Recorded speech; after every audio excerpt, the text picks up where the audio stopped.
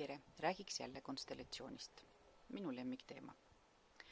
Konstellatsioon kui sõna pärineb inglisekeelsest terminist constellation, mis tähendab tähtkuju.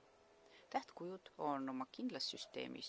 Meil on universumil on omad süsteemid. Me oleme päikesesüsteemi, planetaarsete süsteemide osad. Me kuulume samamoodi siin maa peal elades oma vanema süsteemi. Meil on suguvõsa, mis on süsteem. Meil on transpordisüsteem, meil on tervishoiusüsteem, meil on riiklik süsteem, meie kehas on samamoodi organid moodustavad süsteemi, vereringe elundkond, seedimise elundkond, see on kõik süsteem. Ja me oleme oma elus väga paljude erinevate süsteemide osad. Kõige olulisem süsteem, mille osad me oleme, kõige algus nii-öelda siin maises elus, on see, kui me sünnime siia maailma. Meil on ema ja isa ja meie oleme nende ime, laps. Asjad on hästi senikaua, kuni me teadvustame endale seda, et meil ongi ema ja isa ja meie oleme lapsed. Aga kui meil on järsku tekib tahtmine hakata õpetama oma vanemaid, öelda nendele, kuidas nemad peavad elama, mida tegema, mida ütlema, hakkama esitama pretensioone näiteks, et meil lastena pole olnud seda, teist või kolmandat, siis me ei ole enam lapse positsioonis oma vanemate suhtes. See meenutab sellise ülekantud näitena näiteks seda, et me oleme transpordisüsteemi osad, me siseneme ühistranspordisse ja hakkame järsku bussijuhil rooli käest rebima ja ütleme, et ta sõidab vales suunas. See tundub selles näites võib-olla kummaline, aga elus me näiteks oma vanemate suhtes väga tihti just nii teemegi. Või me läheme näiteks, kui meil on enda lapsed, midagi kurtma oma lastele, see tähendab seda, et me ei ole enam vanemad ka oma lapsele. Me teeme oma lapsest, kes meie elu eest ei vastuta, anname justkui vastutuse sinna, et vaadaku ja hoolitsegu ja lohutagu ta meid. Me oleme, nagu ma ütlesin, väga paljude erinevate süsteemide osa. Süsteem on erinevate elementide selline komplekt, mis on suunatud mingi eesmärgi saavutamiseks. See on üsna lihtne aru saada. Kui sul on loodud perekond, mis on peresüsteem, siis see on loodud selleks, et pere saaks kasvada, areneda. Suguvõsa kui süsteem on selleks, et järeltulijad saaksid suguvõsa traditsioone jätkata, suguvõsa elu edasi viia, arendada, kasvatada. Transpordisüsteemi ülesanne on inimesed viia sinna kohale, kuhu neil tarvis on minna ja nii edasi. Kui me ei teadvusta endale seda rolli, mida me teatud süsteemis täidame ja kui me hakkame justkui nagu oma volitusi ületama ja kellelegi midagi õpetama, näiteks töökollektiivis juhile ütlema, kuidas asjad peavad olema, olles ise alluv, siis me oleme süsteemi mõistes täiesti valel kohal, üldse mitte enda kohal ja sealt algavad probleemid.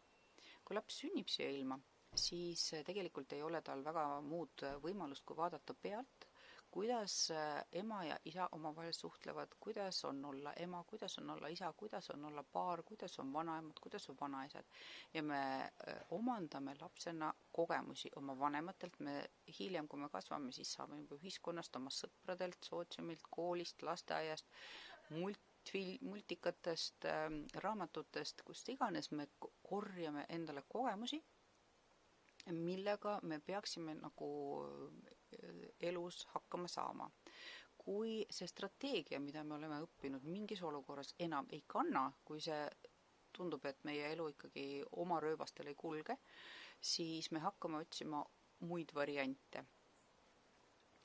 Ja mida ma tahan nagu sellega öelda, on just see, et meil on need eksisammud või just need sellised kogemused üliolulised elus, et ei ole midagi valesti, ei ole midagi halvasti, me peamegi need kogemused saama selleks, et me saaksime aru, see pole üldse meie tee. Niimoodi elasid vanemad, aga niimoodi mina ei taha elada või ma tahan täpselt samamoodi jätkata nagu mu vanemad, aga siis ma ei ela oma elu.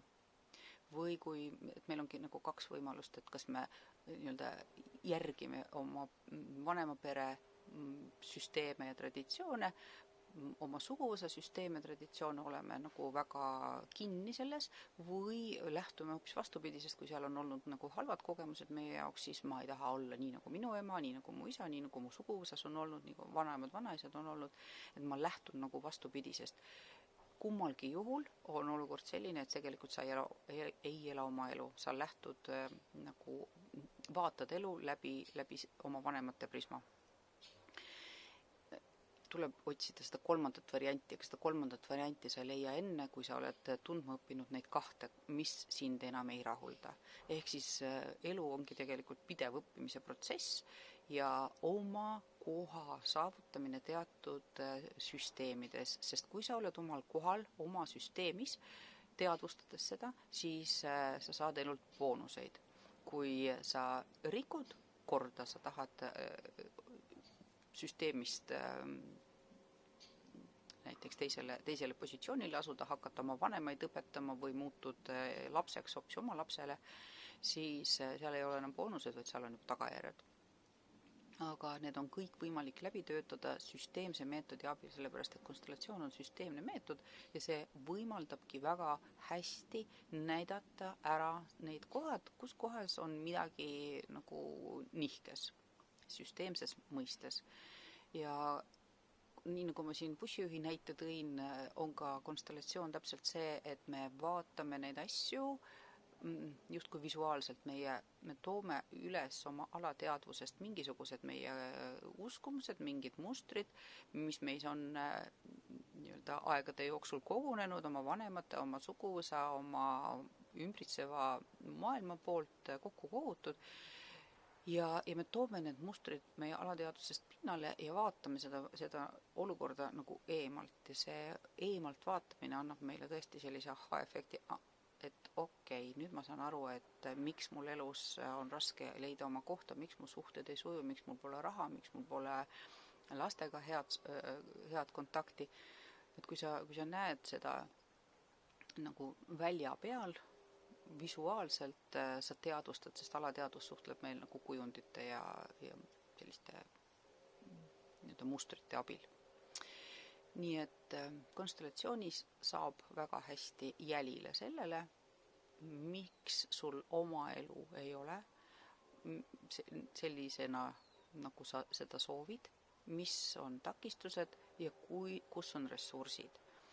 Nii et ma kutsun kõiki konstellatsiooni, kes tunnevad, et oma koha leidmine elus on praegu kuidagi nagu takistatud, et seda koos vaadata.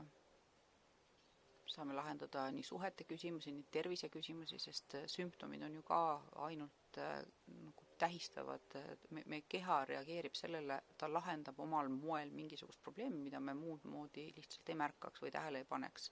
Me lõhume oma keha sellega, kui me liigume nagu vales suunas. Ja siis tekivad sümptomid, nii et ka sümptomid on võimalik konstellatsiooni abil kenasti tuvastada, vaadata, kust on need lood kõik pärit, mis meile ei sobi enam või ei meeldi, et astuda oma rajale ja liikuda oma elu eesmärkide saavutamise suunas. Nii et konstellatsiooni ootan ma kõiki, kes on valmis oma eluga tegelema, sest elu on pidev areng ja midagi hullu selles ei ole, kui me oleme teatud kohas, teatud hetkel oma eluga tupikus, see ongi normaalne, et aidata teiste inimeste kaudu, konstellatsiooni või terapeutide kaudu, aidata konstellatsioonis iseennast tagasi oma õigetele rööbastele. Nii et tere tulemast!